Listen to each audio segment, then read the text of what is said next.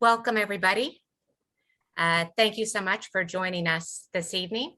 My name is Lori Bald, and I am the Development Officer within the Faculty of Management. And I would first like to acknowledge that Dalhousie is located in the Mi'kma'ki, the ancestral and unceded territory of the Mi'kmaq. We are all treaty people. We recognize that African Nova Scotians are distinct people whose histories, legacies, and contributions have enriched that part of Mi'kma'ki known as Nova Scotia for over 400 years. So again, welcome everybody. I'm really thrilled to be here tonight. I will be the host for this evening, but the show really is about Scott and Michael.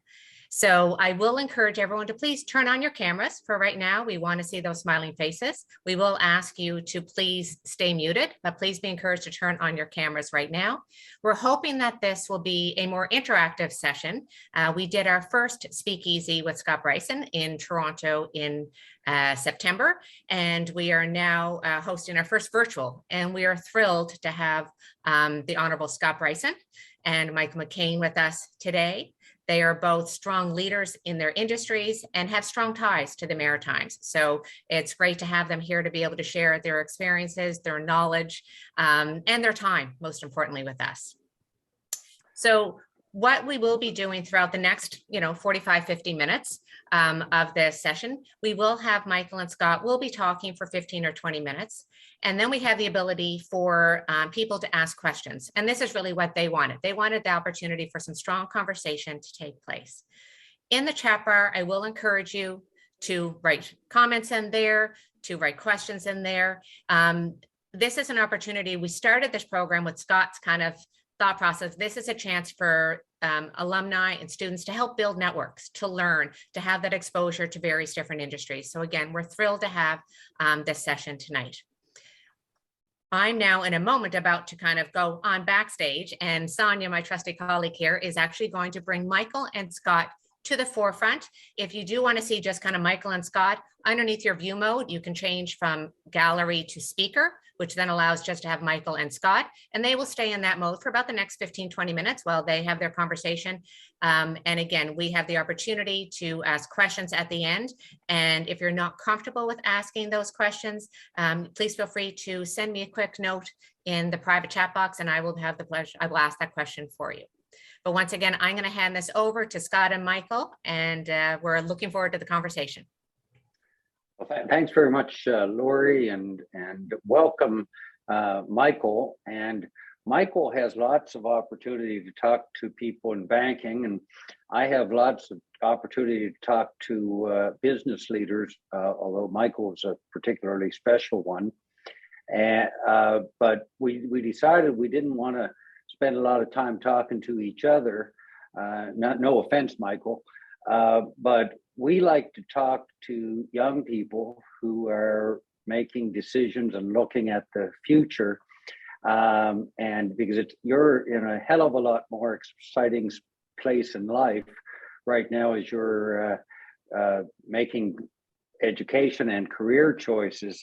And then Michael and I, Michael and I only have 30 or 40 years of productive work career ahead of us. And you guys, you folks could, go a lot longer than that. So I just want a couple of things, Michael, just to kick things off. Welcome to each and every one of you. I'm delighted to have you with us. And we want to get into a conversation with Michael very quickly. But Michael, you came from Florenceville. What's the population of Florenceville roughly when you were growing up? It's about 700 today, Scott, and 701 when I lived there. So it hasn't changed much. Yeah, it hasn't changed much. And they didn't have there's no stop lights, and they didn't have a liquor license. My grandmother was a teetotaler, and the only place they were able to get a liquor license was at the Legion and the curling club. So we had to really focus our fun in certain ways, in a little town like that. So Well, we're in Cheveree, we had bootleggers where I grew up. But being raised in a small community as part of a family that multi-generationally, was a significant part of that community. What did that, being raised in a community like that in rural New Brunswick and Carleton County, what kind of values did that establish for you? And secondly, a lot of folks, you get into a comfort zone, and a comfort zone can be almost a rut. And an awful lot of people who, are born and raised in a place like Florenceville and are part of a family, you could just, say big fish in a smaller pond. You had an instinct to not sort of stay there and do that. You went to Chicago for a significant part of your career with McCain Foods. Toronto, the world was kind of your oyster. And where did that come from, and what drove you in terms of that ambition globally, and kind of getting out of what could have been a very comfortable, relaxed kind of life?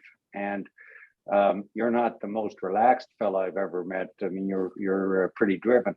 So just to start off, the small town values, but there's a lot to Scott. There's a lot. First of all, welcome everybody. I'm really pleased to be with you today, and always pleased to be with Scott. I'm one of the few people on the earth that actually treasures each and every one of Scott's jokes. So unbelievably so, but it's true. So we've been good. We've been really close friends for decades. Anyway, make a long story short, there's a lot to unpack to your question, Scott. I did grow up in a small town in the country in New Brunswick, farming community. My dad and his brother started out as a pretty small business, but they were full of ambition, and ended up being a pretty big one. And but the community of Florenceville stayed pretty small. I think there are lots to take away from that.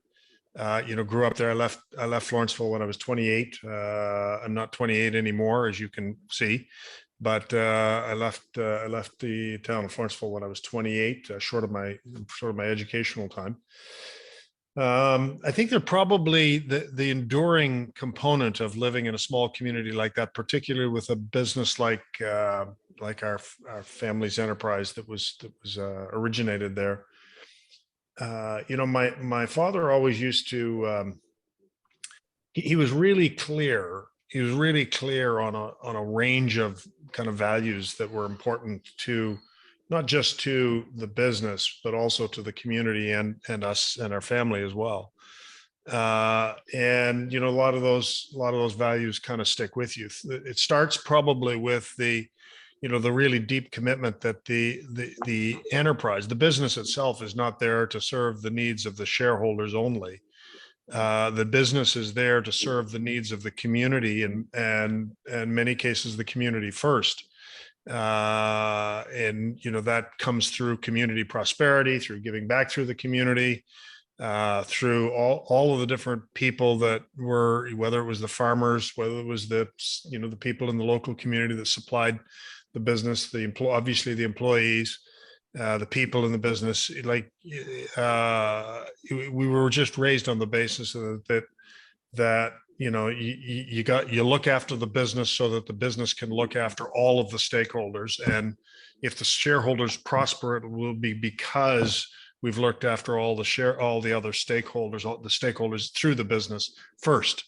And that, I think that's an important principle that I found enduring. I mean, there are lots of other components that go with it. I started when I was 14 years old, actually working at the plant in the construction crew.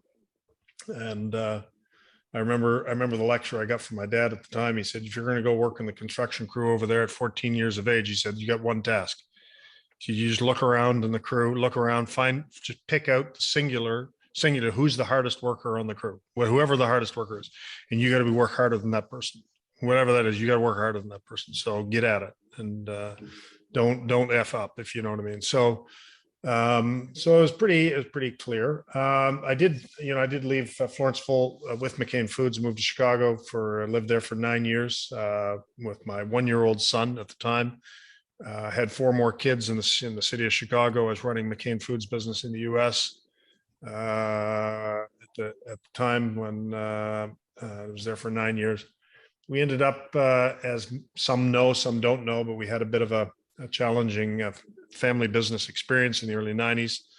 My father and brother and I left the McCain business managerially, not economically. We continue to be shareholders, but left managerially and acquired Maple Leaf Foods in 1995. I subsequently moved to Toronto for, obviously professionally, to be with the Maple Leaf organization, and I've been leading that organization for 27 years now. So, and my personal and immediate family's interests are in the Maple Leaf organization. So a bit of a journey from Lawrenceville, New Brunswick, through the United States back to Toronto, but it's there's certainly lots to be brought with us from New Brunswick. So Michael, you described sort of the values instilled in you by your family. It sounded a lot like what people refer to today as ESG. But given that you were kind of walking the walk long before people started talking the talk of ESG, how did those values inform your decision making at some of the toughest times in the history of your career? And I'm thinking specifically, I mean, you Maple Leaf faced what some thought at the time was a bit of an existential challenge around the listeriosis outbreak. And how you handled that has been well documented in business schools as a case study. But please tell us, as young people are thinking about their values and their career in business and finance, I think there was a period of time when people thought, well, your values are over here and what you do for your career are over here, and that's just, you and I both know that's not the way. But we've been let us into sort of what happened in terms of how you responded and how different it was based on those values. We work hard to try not to talk a lot about that, Scott, in the sense that it was a big tragedy in our history, and we don't look at a tragedy like that. 23 people died on our watch, and it's a very emotional, difficult time for first and foremost the families that were impacted by this, and then obviously in all of us in our peripherally. My grandmother always said, it's not the mistakes you make in life that matter, it's how you deal with the ones you will make that makes a difference. And I think that is hugely important. We have been in the Maple Leaf organization, we've invested more than anything else. We've invested in our culture and values as an organization, and certainly they impact our decision making each and every day we come to the office, but no more time or they're no more present than when you're in the middle of a crisis situation like that. And I think people would broadly believe that they were defining for us in the middle of that kind of existential threat. There were three probably that we drew on most heavily. The first is an action orientation. We couldn't just talk about the things that we had to do. We had to move decisively and quickly, making some decisions in minutes that you really had to make them on the back of instinct more than analytics, and so you had to move very quickly, and that required a sense of action orientation. The second was very deep-seated belief in the role and the importance of accountability. Accountability often comes in the form of things for which you may not even be responsible for, but you're accountable for them nonetheless. And the ability, and we accept our accountabilities and needed to be very forthright about those accountabilities. And I think we sought to make sure that they express that. And then the third is we have a culture in our organization of transparency. We believe in transparency. What's on our minds, on our tongue, and our shirt sleeve, and that comes with some risk. People have, to be transparent requires certain ability to accept risk, because it's nobody in this world makes transparency easy. But we believe in that. Those values are part of, they're not all, but they're part of our what we describe as our Maple Leaf leadership values. They're integral parts of our Maple Leaf leadership values, and those are, I think, three defining features in that kind of existential threat that kind of emerged. Hopefully that answers your question, Scott. Oh, absolutely. And I think the instincts one is really important. And as you've progressed in your career, instincts, I think when you get experience and the wisdom of that you can only get through successes and failures and experience. Your instincts, would you say your instincts today are better than they were, say, 10 years ago? And maybe your instincts 10 years ago were better than they were 10 years before that. I'm just kind of interested because when I was in my 20s, I thought I knew everything. And then in my 30s, I thought I knew even more. And it took me until I got to 55 to realize that Jesus Christ, I don't know much at all, but I'm curious. But your instincts totally right, Scott. Interested in that. Well, I think along with everybody else in my team, I think one of the things about the organization that I lead that I feel blessed to lead today is that we have just the most extraordinary group of people that I have the honor and pleasure of working shoulder to shoulder with. And everybody in our culture that I have this honor to work with, we all make this commitment to a leadership journey that evolves over time. And it's a journey. It's not an event, it's a journey. On that, and everybody has their own kind of narrative around what their personal journey is in leadership and leadership personal growth. You can categorically say that, and this would be true for me personally, but I think it's true for everybody, is, I'm a very different, I'm 64 now, and I was a very different 20-year-old leader versus a very different leader, a 30-year-old, a different again, and 40-year-old and a 50-year-old. And I think I'm different as a 60-year-old now. And I hope, my hope and dream, I pray that the minute that I stop growing in that way is will be the moment that they put me in a box and bury it. So I think those types of journeys are, ever present. One of the things that's certainly a theme in that journey is, I think you develop certain sensitivities in your life. There are perennial development needs in any leadership journey. You press on your strengths, you continue to work on your development needs. Those development components change over time. And the overarching thread is that you kind of replace, replace intellectual acuity with wisdom. The two aren't necessarily the same, intellectual acuity, as a 30-year-old, Jesus, I could add up, you just don't have.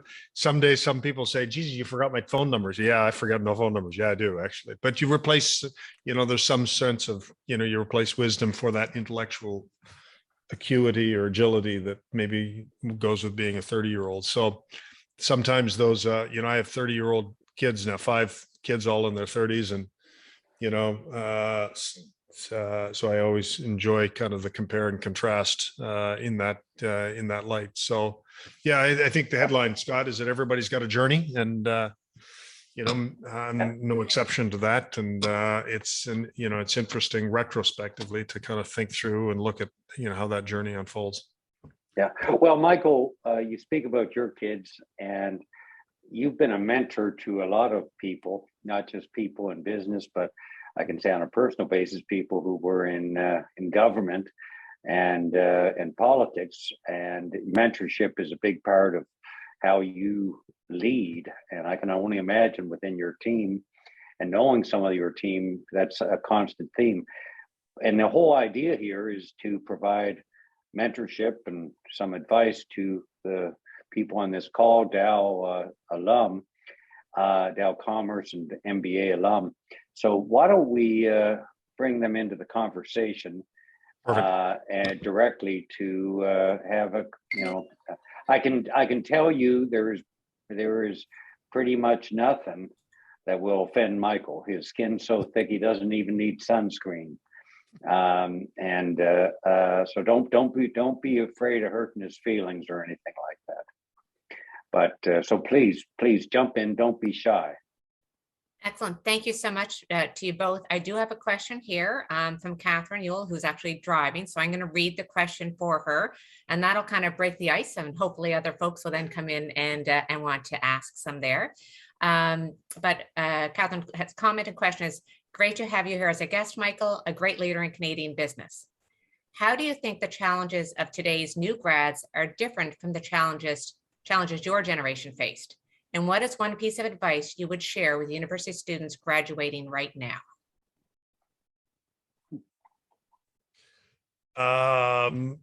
We could unpack that because I do have some views on that.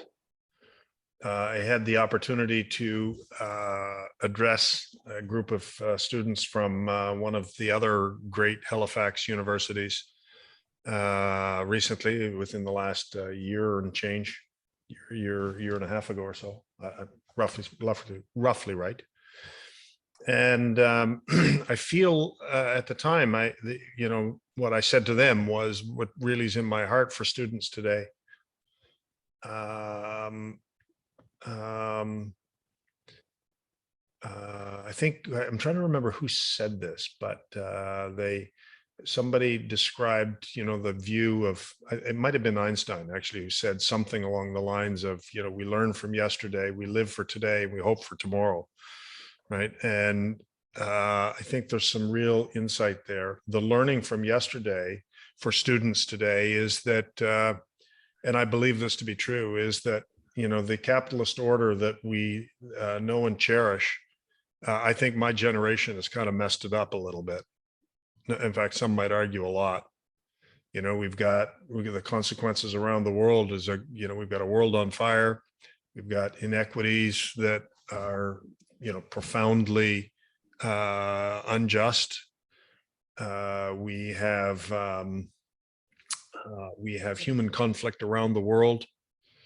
So there's just a huge void that my generation has left the world by maybe overly embracing some of the kind of the principles that of the capitalist environment. Not to throw the baby out with the bathwater, but I do think there's some engineering there. Unfortunately, I think that the next generation, students graduating today, are going to be left with the need to solve some of the problems, clean up some of the mess that my generation created. And I would apologize for that in some ways, but I think that's the gospel truth, that your generation has got to clean up some of the goddamn messes that my generation created. And that's unfortunate, but it's true. And I think you should, I would hope, under the Einstein philosophy of hoping for tomorrow, I hope that, and I believe that the graduates of today, what they believe, their competence, their skills, their capacity to change the world is no greater than is greater than it's ever been. And I'm hopeful that you'll take up that mantra and figure it out. Thank you for that. Folks, I encourage you to please, feel free to turn on your cameras. Dan, I do see you've got your hand raised. I feel like I'm in school. I'll hand it over to you to ask a question. Fantastic. Thank you, Lori. And Michael and Scott, thank you for joining us today for this conversation. So just Michael, you mentioned going through, and Scott, you as well, transitioning across different types of careers throughout your development. I've been fortunate to have spent 10 years in the food industry, so I've seen some of those challenges, Michael, firsthand around challenges with organizations with sustainability and how to drive that initiative internally at the What did you do? organization. What did you do in the food industry, Dan? Yeah, so worked for Highliner Foods, Cisco, and Compass Food Buy. So I've kind of seen all three sides of the industry. In what kind of a role? Sales, supply chain, and consulting. So totally. So you got a good cross section of operational and commercial. Yeah, a little bit of everything. So this is kind of where my question's leading. So about 2 years ago, made the switch to TELUS to join their new agriculture and consumer goods division, focusing on digitizing food value chain, supply chain. So my question to you is around mentorship and finding mentors in new industries. How would you recommend going about that? When you're kind of transitioning that divide or cutting across cross sections of industries, sometimes it's hard to find someone or a group of people that can really have a good baseline or understanding of the different nuances of each industry. So be curious around your thoughts, and Scott, you as well, around how you would go about finding a mentor that understands different components of those different business verticals. Good question. Start with Michael. In finding mentors, Stan, I don't know that there's a formula. So for me to give you a formulaic answer to that question, I think would be really shallow on my part. I don't think there's a formula to that. I think finding the right mentors is a little bit like dialing for dollars. You just kind of keep hunting and hunting and hunting, finding different venues, and just keep going at it and at it and at it. And then sooner, it's like fishing. Sooner or later, you'll hook the big one, right? But for me or anybody else, I think to come up with a formulaic answer to finding the right mentor for what you need is like, I just don't know that there's a formula that exists for that. I just encourage you to just keep turning it over, dial for dollar, keep going at it and at it and at it and at it and at it. And, finding different pathways is, one pathway begets another pathway, right? And just keep going at it on that basis. I don't know, Scott, what would you add to that? Yeah, I think I've been really lucky in terms of mentors. And part of it, to be honest, is coming from the Maritimes or Atlantic Canada, because there's a sort of a group of people who were very successful in, for instance, in business. Purdy, Crawford, Michael was one of them. Michael's dad was one who gave me advice and support. There was, on the political side, people like Joe Clark and Jean Charest and Paul Martin, different. I mean, I really think I was very, very lucky. But the big thing is when if you be genuine in terms of your interest in the other person and in what they, their advice. And I found that people, really successful people, are very generous of spirit. And that's something that, and that's not totally there are exceptions, and Michael and I are probably clicking through the same names in the thing, but in general, you don't get to the top whether in something without, you can be an asshole and succeed, but it's a lot tougher. And not being an asshole, I think, is a really good career thing to consider, career and life thing.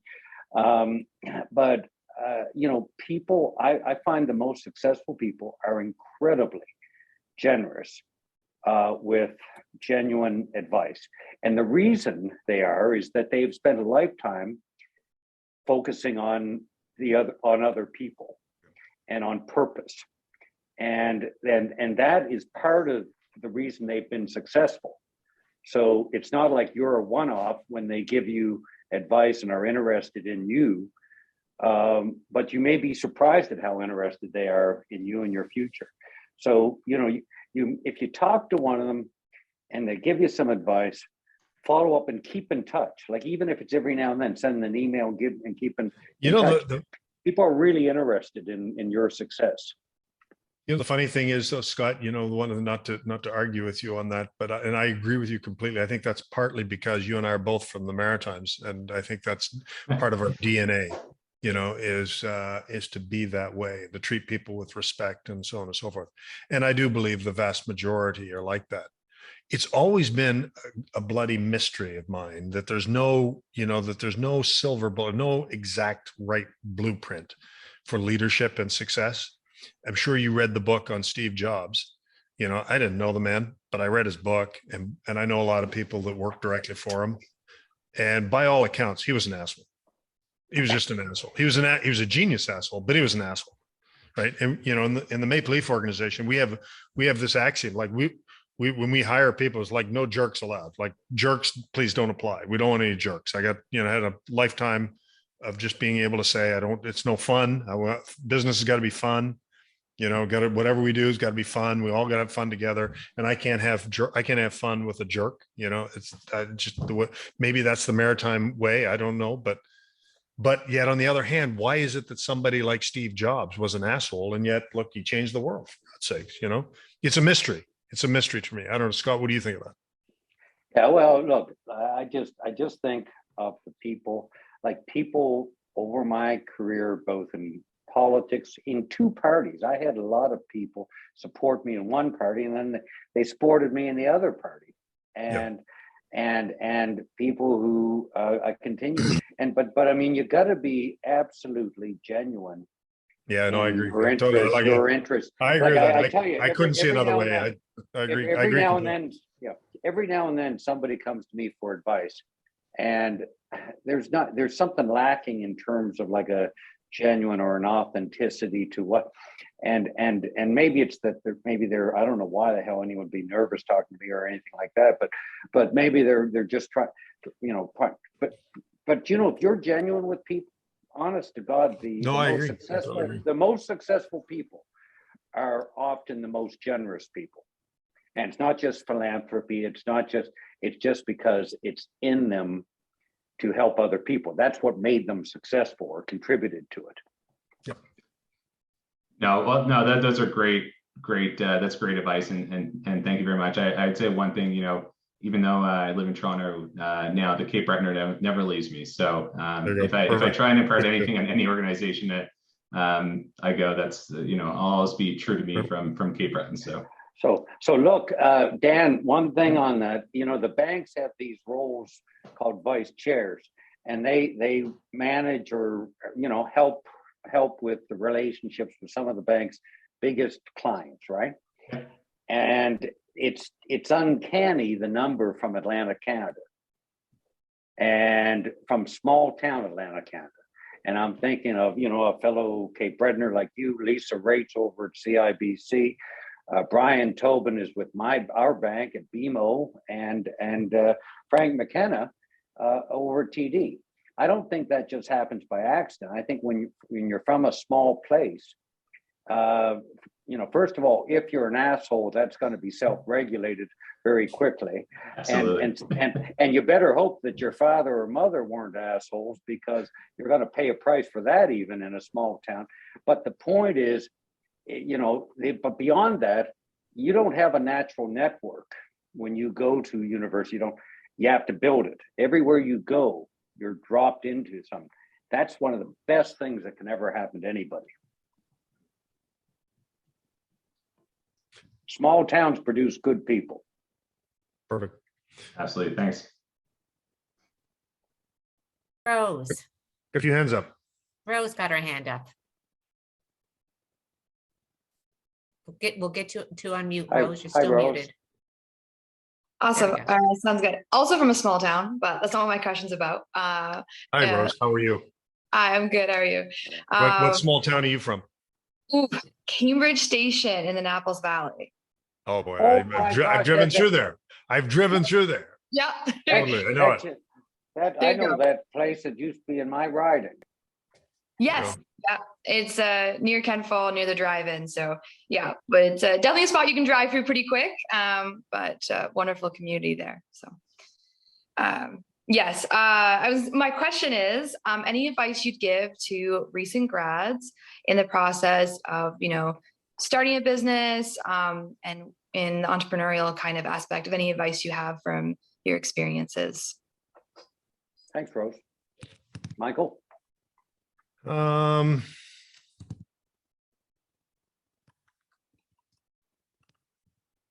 think if you're going to start a business, number one, you gotta be really clear on why you want to start a business, but what are you doing it for? Because it comes with a lot of risk and a lot of pain and suffering in the process. So you got to be really clear as to, you got to be able to answer the question of why. And why are you doing this? And making money might be one part of it. Making a living might be part of it. Making a gazillion dollars might be part of it, but maybe it's going to be just change the world. Something as important as just changing the world. So, but really having a clear view as to the why. The second thing I would suggest is, again, conditional on what what the answer is to the why, is having a view about how you want the business to be run. Do you want it to be run as a country store, or do you want it to be run like you believe it's going to be a big business someday? And you got to plan for exactly how do you want that to be run, and some degree of answering the why, I think, is important in that. Thirdly, of all the personal attributes that I think characterize the greatest entrepreneurs in the world since the history of time, there's lots of things that define their success, none greater than perseverance. So, geez, you gotta have a clear view of your ability to persevere, because there's a shitload of obstacles to success in startups. So I'd say have a clear view of the why, run the business in the way you think it should be run, depending on what your answer is to the why. Really really understand perseverance, and you got to really be willing to fail, because a lot of them do, and pick yourself up and try it again or do something different. Yep. Look, if I can add to that, I started my first business when I was 20, when I was a Dow student renting fridges to students. And the why for me was that I was broke and I needed to make money. And part of it paid for my university and other things like that. And by the time I graduated, we had over 1,000 fridges. So the why was pretty clearly defined in a sense. But in some ways, when you're young, the ability to take risk, and you have to look at it the right way. No career is like this, right? It's not a linear trajectory. You have successes, you have failures. My career, if you put it on a like an EKG or ECG chart, it looked like a heart attack kind of thing, right? And ups and downs and all that stuff. And the funny thing is about failure, and I have failed publicly, big time, is that you learn very little from successes, because you don't dwell on them, but you learn a lot from failure. But failure is just contributes to your experience, which makes you better. But if you never fail, if you never try, if you never stretch yourself, you're denying yourself in some ways that opportunity to develop the wisdom, experience, and probably character. But we do live in a time when startups and that, there is a cultural shift from when Michael and I graduated from university, where you went with a big company, and there is a cultural shift that I think on the whole is actually really positive. The young people are thinking about entrepreneurialism, and even if they're entrepreneurial in a big company, companies need more entrepreneurial people. So even if you just have that mindset, that can be helpful. Lots of hands up. Wonderful. That's great. And I will probably pronounce your name incorrectly. I'm sorry. Javier? Okay, you're up, sir. Hello, nice to meet you guys. Hey, Javier. Yeah, how's everything? So, no, I'm not coming from a small town, coming in fact from a big city, but not from here. In Venezuela, it's called Barquisimeto, 2 million people. But when I was there, it was only 600,000. So, Where did you say you're from, Javier? Barquisimeto, Venezuela. Venezuela. Okay, got it. Yes. So, very good advice for Rose. An excellent question. Now, my question is about what is your advice in the battle of the small against the big? That's something that small business like mine. I started my own consulting firm in renewable energy and energy efficiency, project management and engineering just this year, but after 17 years of experience, next year will be 18 in the area.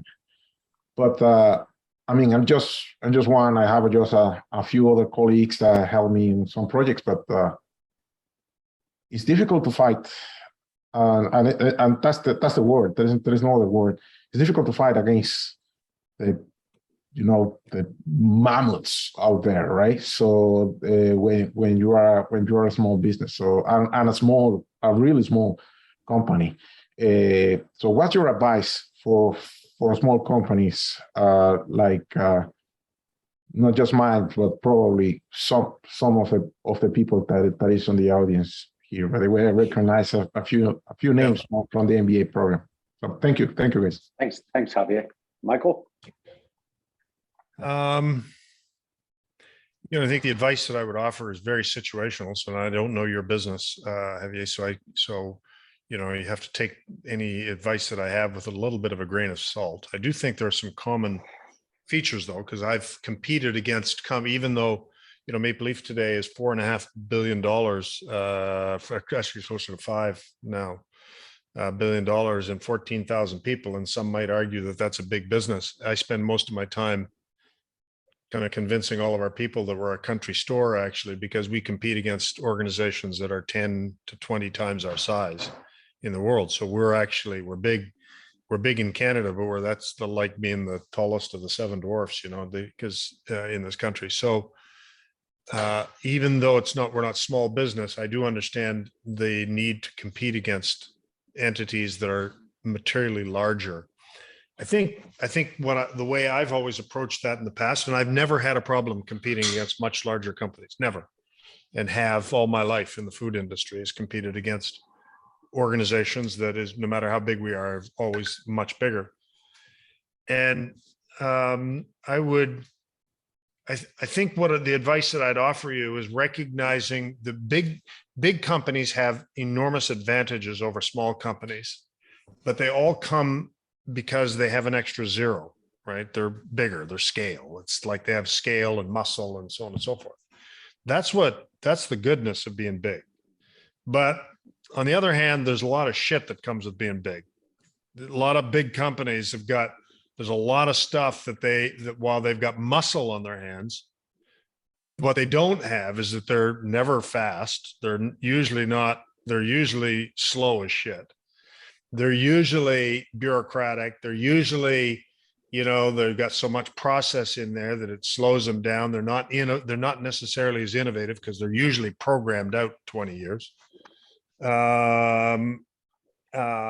And oftentimes the crumbs that fall off a big company's table because it's too small for them to focus on it are actually really big meals for small companies. So crumbs off the table for a large company can be a big meal for a small company. So I would encourage you to look at your competitors, and everything's situation is different, but I'd encourage you to take a look at your competitors who are so much bigger and say, well, that's great. They've got all these advantages, but let's look at what their disadvantages. And if you call up their customers, their customers will tell you what pisses them off about their big clients, and figure out a way to take advantage of the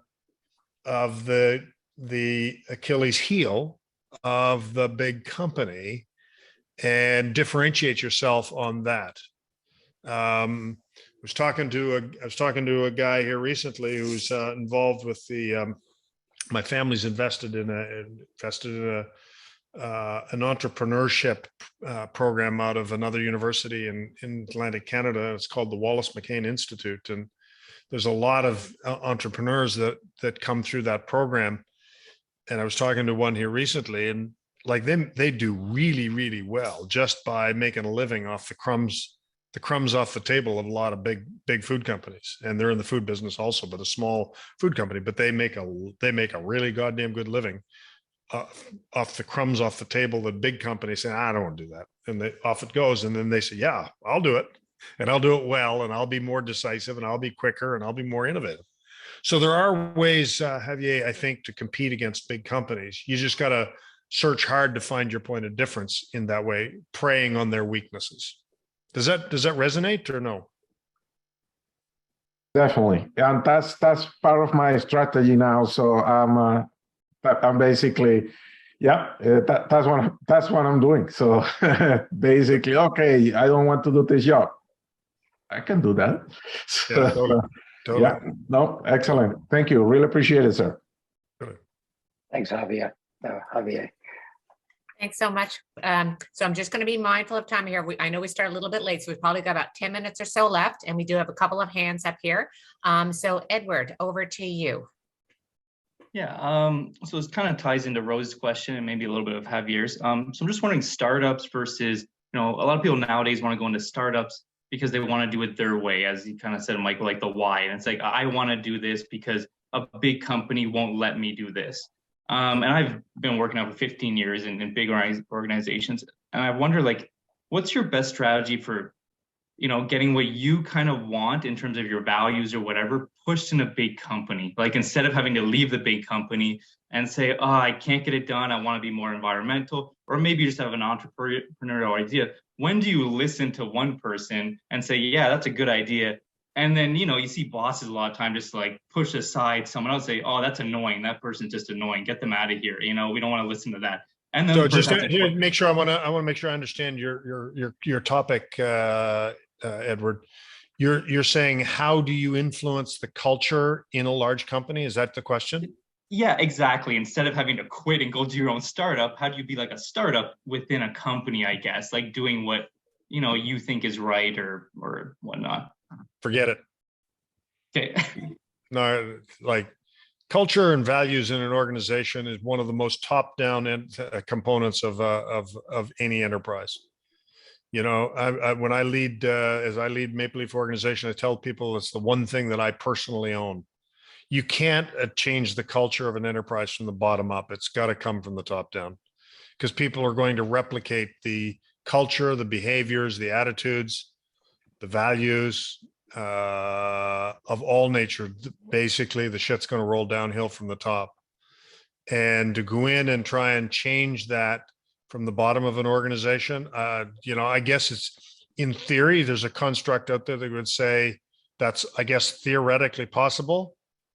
Probably would feel a lot like beating your head against the wall. I'd say good luck. Find a place that aligns with your culture and values, and fill your boots. I wouldn't. I don't know. If it were me, I wouldn't try and change the culture and values of an organization that I would in. I'd try and align with and join and align with an organization that aligned with your values and culture and beliefs and so on and so on. Edward, very briefly, that's a good answer, Michael. The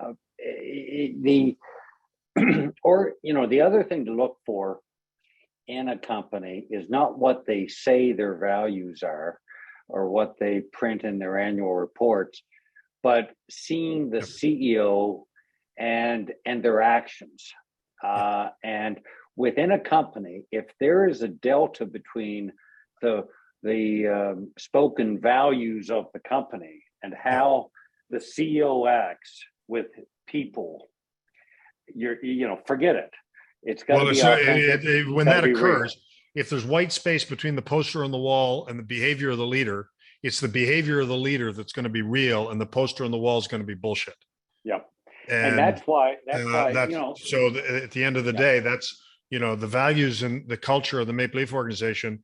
I took the pen, I wrote them personally, because I was unwilling, totally unwilling to allow any white space between the poster on the wall, and my own personal behavior and what I believed in. And for that very reason, it's the, culture and values, the culture of an organization.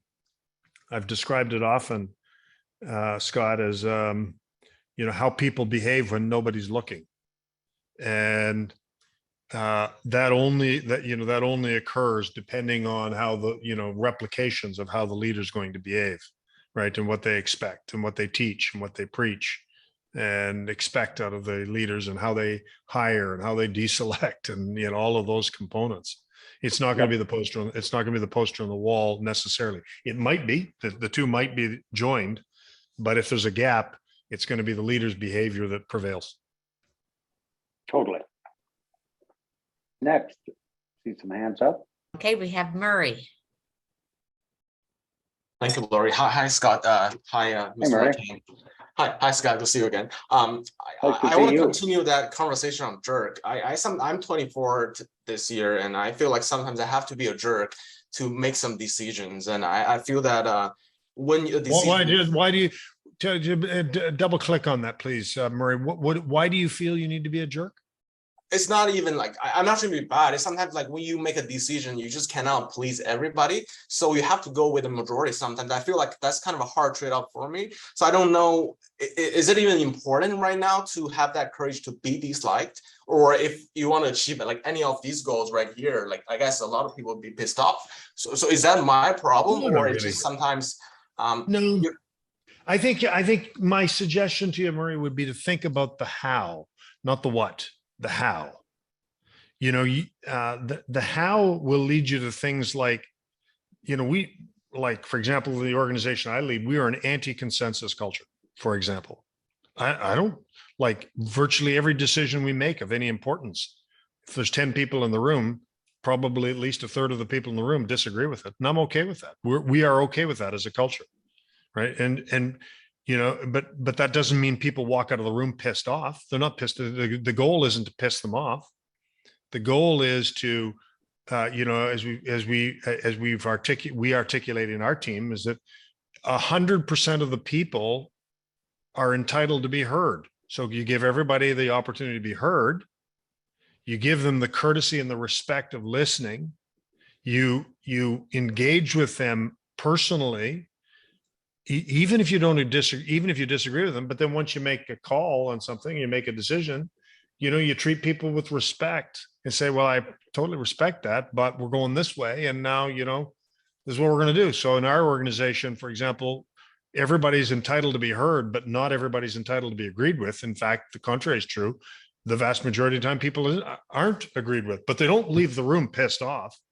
They leave the room feeling heard, feeling respected, feeling okay with that. So just because somebody disagrees with you doesn't mean they're pissed off.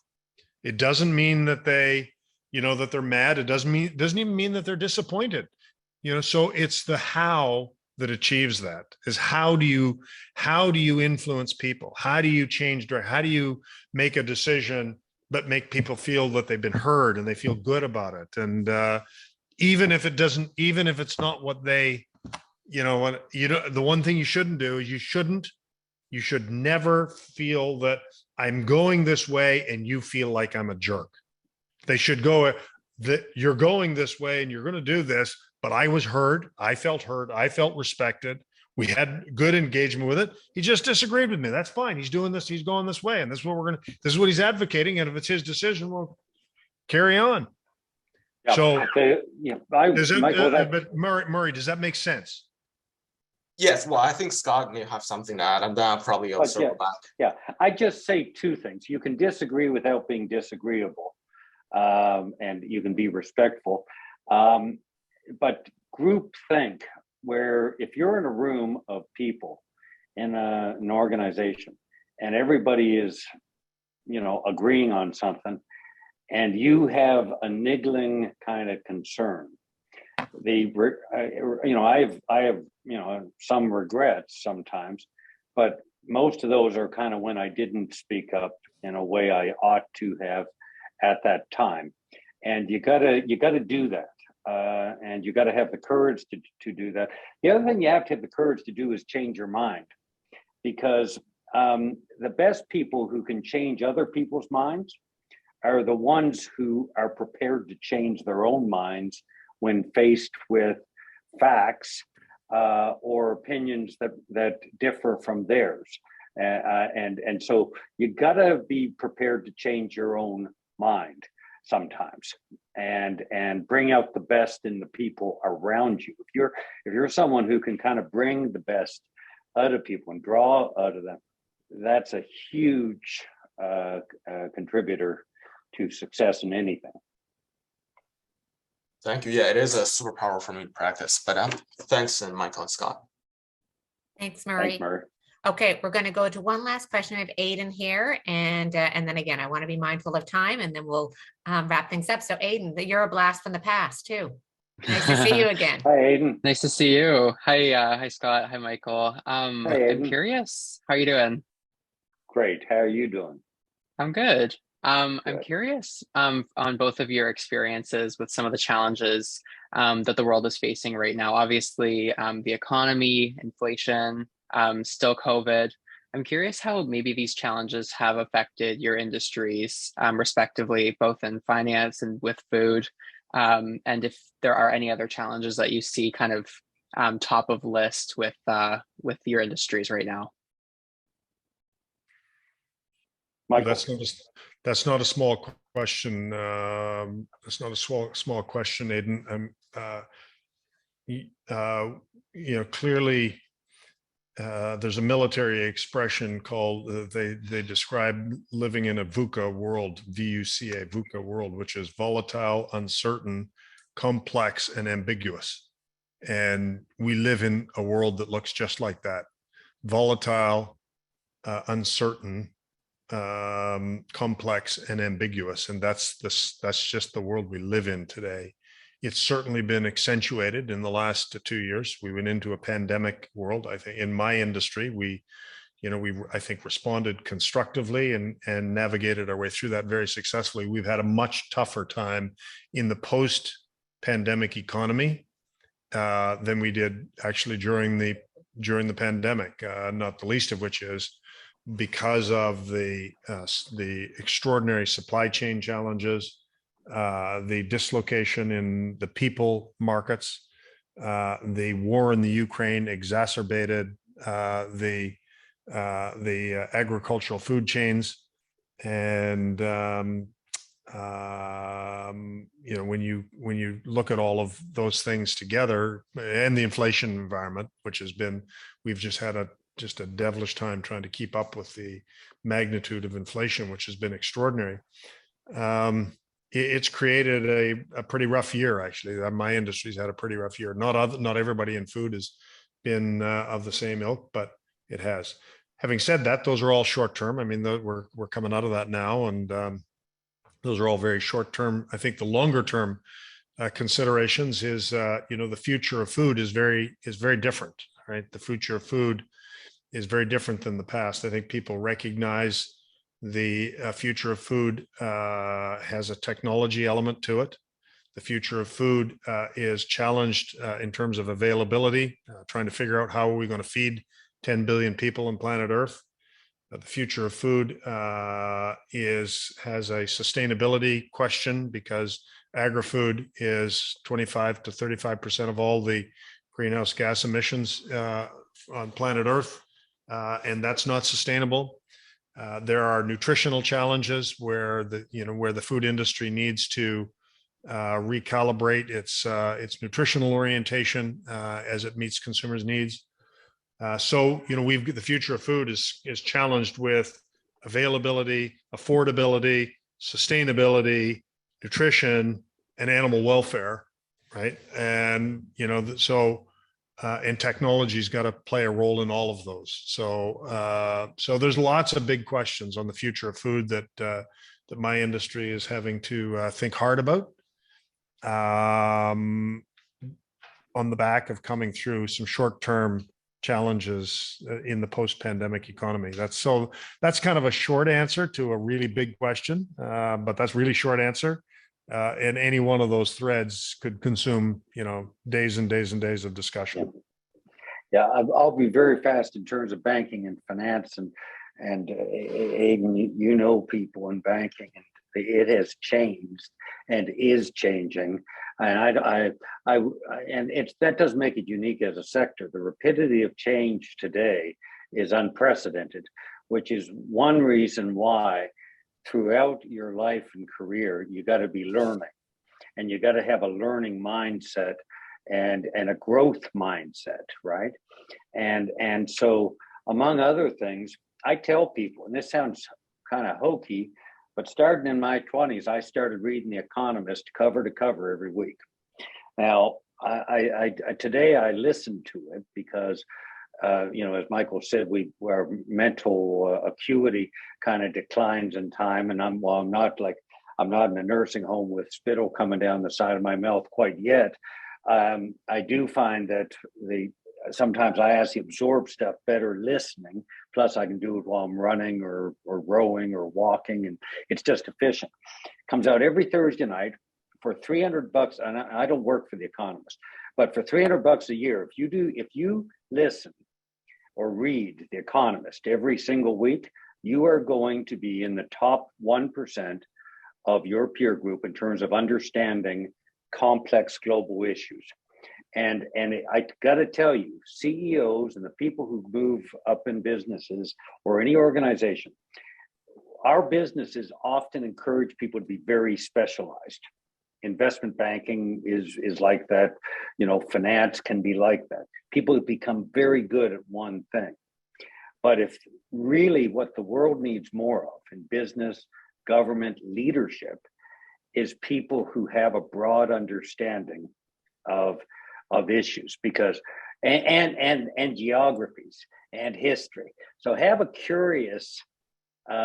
curiosity about the world and the future, and learn and never stop learning, because that is what's going to put you in a peer group of people who really succeed and make a difference. That's been my experience, is that very few people who run big, successful organizations don't have a mindset that is a growth mindset and a curiosity about a wide range of things outside of their specific area. So start working on that. Like, that's not, the idea of people think that they have all these characteristics at 20.